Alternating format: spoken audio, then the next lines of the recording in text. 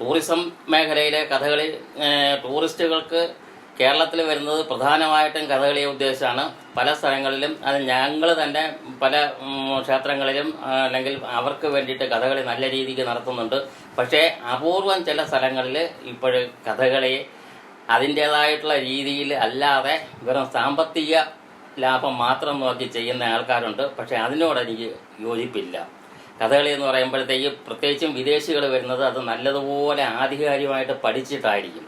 അപ്പോൾ അവർക്ക് വേണ്ടതുപോലുള്ളത് കൊടുക്കണം, അല്ലെങ്കിൽ അവർക്ക് ആസ്വദിക്കാൻ പറ്റുന്ന രീതിയിൽ തന്നെ ചെയ്തു കൊടുക്കണം എന്നുള്ളതാണ് എൻ്റെ അഭിപ്രായം.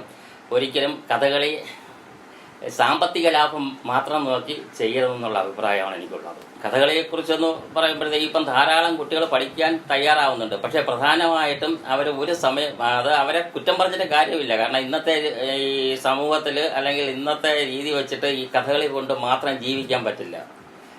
സാമ്പത്തികം ഇന്നത്തെ ഒരു പ്രധാന ഘടകമാണ്.